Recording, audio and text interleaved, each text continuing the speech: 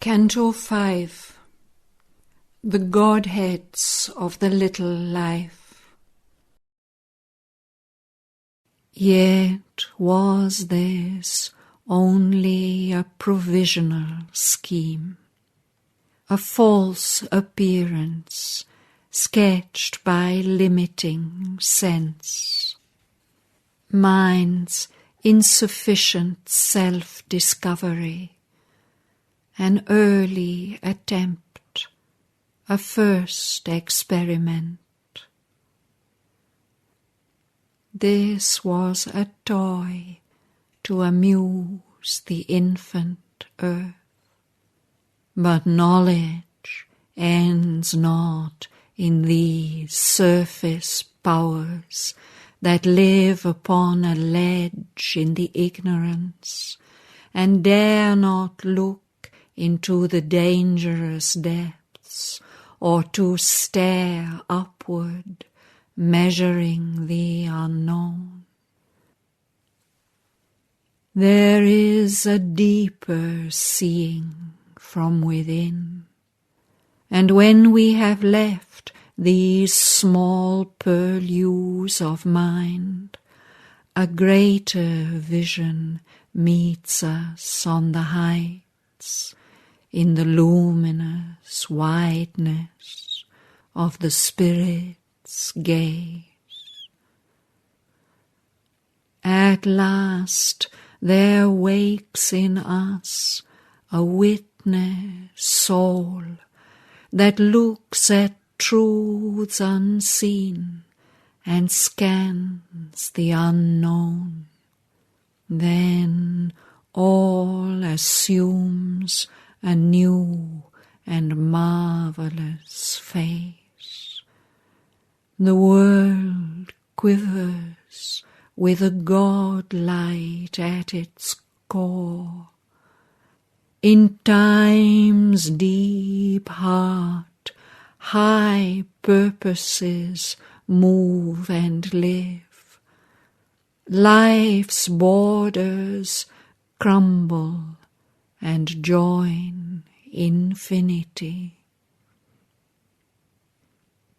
This broad, confused, yet rigid scheme becomes a magnificent imbroglio of the gods, a game, a work ambiguously divine.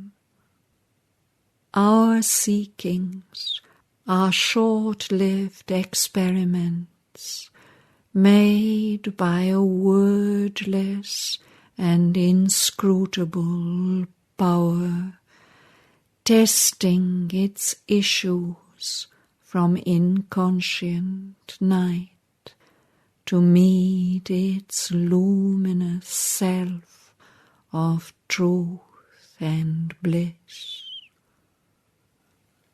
It peers at the real through the apparent form. It labours in our mortal mind and sense. Amid the figures of the ignorance, in the symbol pictures drawn by word and thought, it seeks the truth to which all figures point. It looks for the source of light with vision's lamp. It works to find the doer of all works, the unfelt self within, who is the guide, the unknown self above, who is the goal. All is not here a blinded nature's task. A word, a wisdom watches us from on high.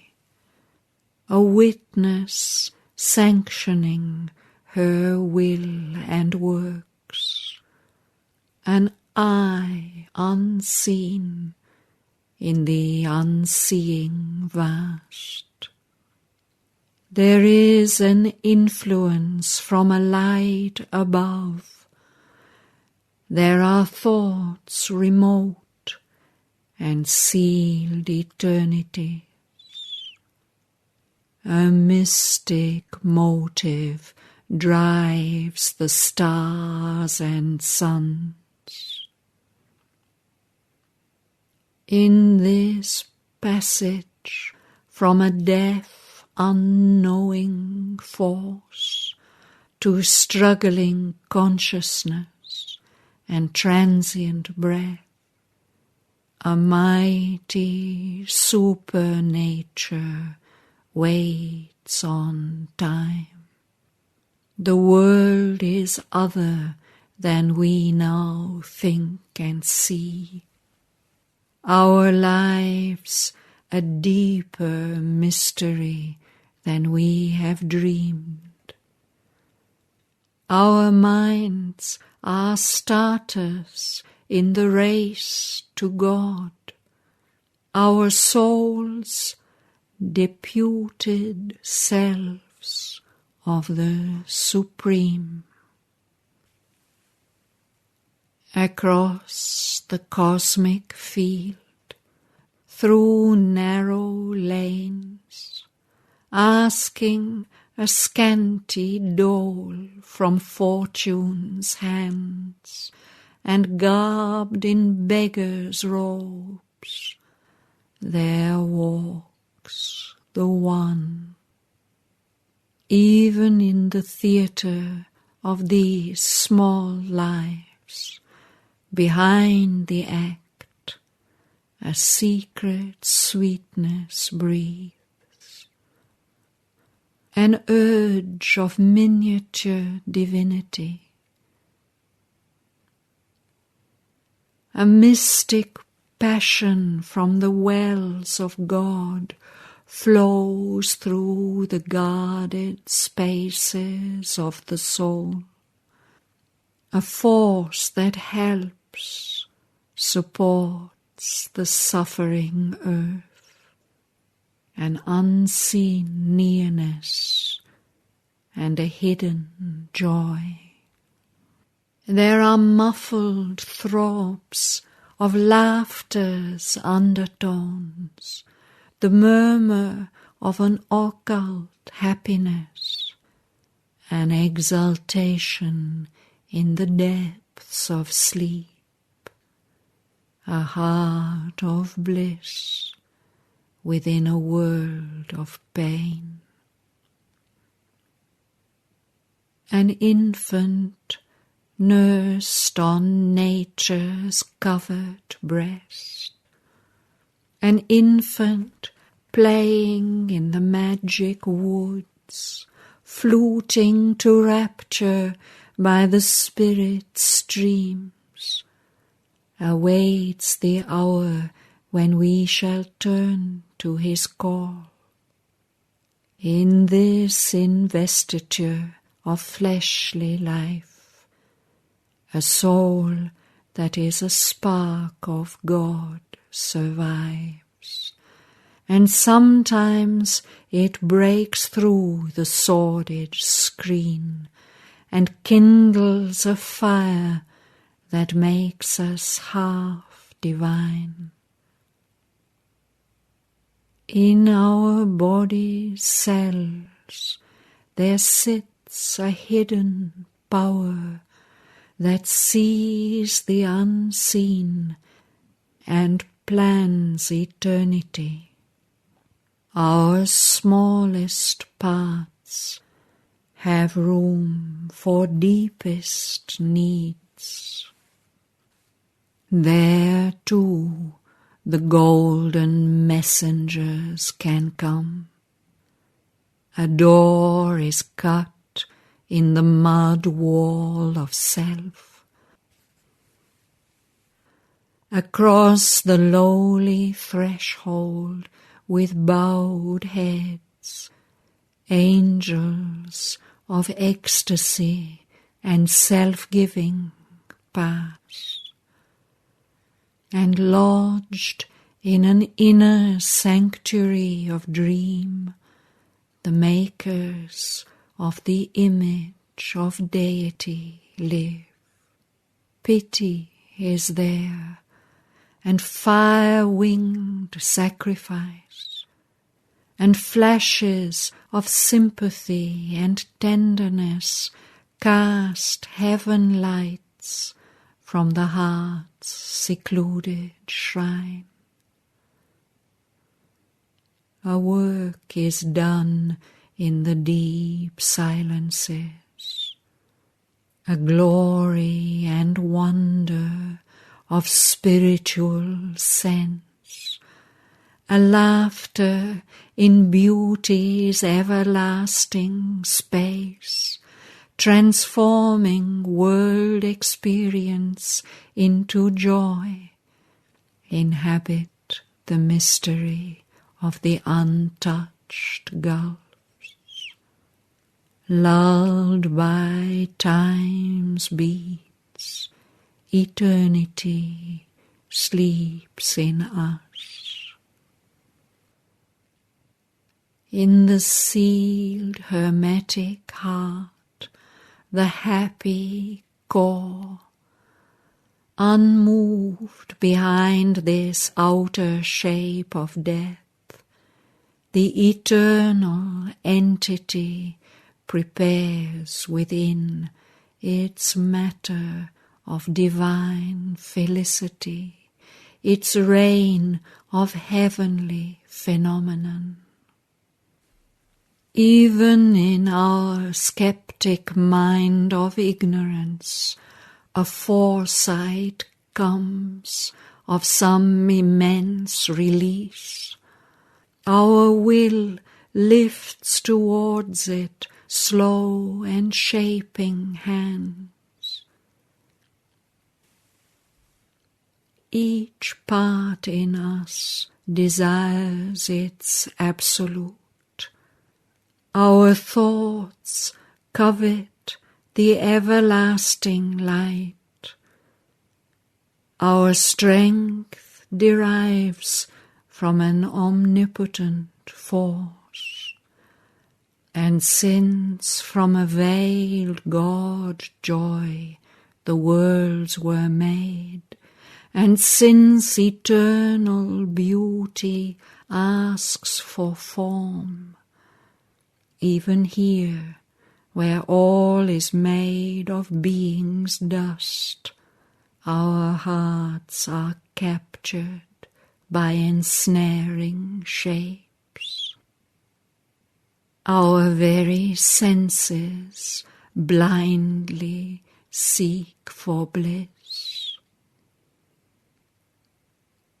Our error crucifies reality to force its birth and divine body here, compelling, incarnate in a human form, and breathing in limbs that one can touch and clasp.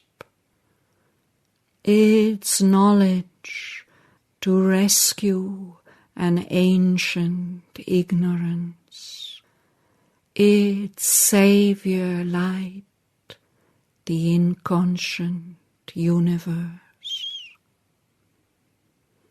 And when that greater self comes sea-like down to fill this image of our transience, all shall be captured by delight, transformed. In waves of undreamed ecstasy shall roll our mind and life and sense, and laugh in a light other than this hard, limited human day. The body's tissues thrill apotheosized. its cells sustain bright metamorphosis. This little being of time, this shadow soul, this living dwarf figurehead of darkened spirit, out of its traffic in petty dreams shall rise. Its shape of person and its ego face, divested of this mortal travesty, like a clay troll kneaded into a god, new made in the image of the eternal guest. It shall be caught to the breast of a white force, and flaming with the paradisal touch, in a rose fire of sweet spiritual grace, in the red passion of its infinite change, quiver, awake, and shudder with ecstasy. As if reversing a deformation spell, released from the black magic of the night, renouncing servitude to the dim abyss, it shall learn at last who lived within unseen, and seized with marvel in the adoring heart to the enthroned Child-Godhead kneel aware, trembling with beauty and delight and love. But first the Spirit's ascent we must achieve, out of the chasm from which our nature rose. The soul must soar sovereign above the form, and climb to summits beyond mind's half-sleep. Our hearts we must inform with heavenly strength, surprise the animal with the occult God.